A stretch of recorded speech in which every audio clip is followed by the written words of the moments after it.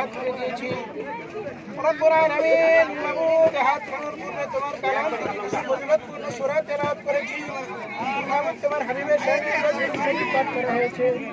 রব্বুল আলামিন মাবুদ দয়া করে যত হয়েছে সকল গুণকে ক্ষমা করে দিয়ে সবটুকু তোমার হাবিবের রওজা মোবারকে পৌঁছাইয়া দাও।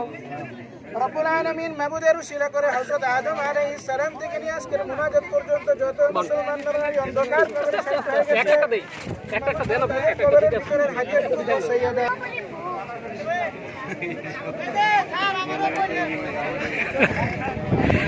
এই জায়গা আছে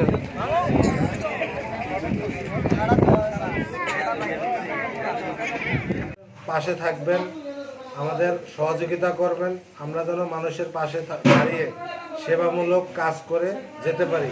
আমাদের জন্য দোয়া করবেন এই বলে আমার বক্তব্য শেষ করছি। আল কারিমের পক্ষ থেকে সবাইরে ঈদ মোবারক। আসসালামু আলাইকুম।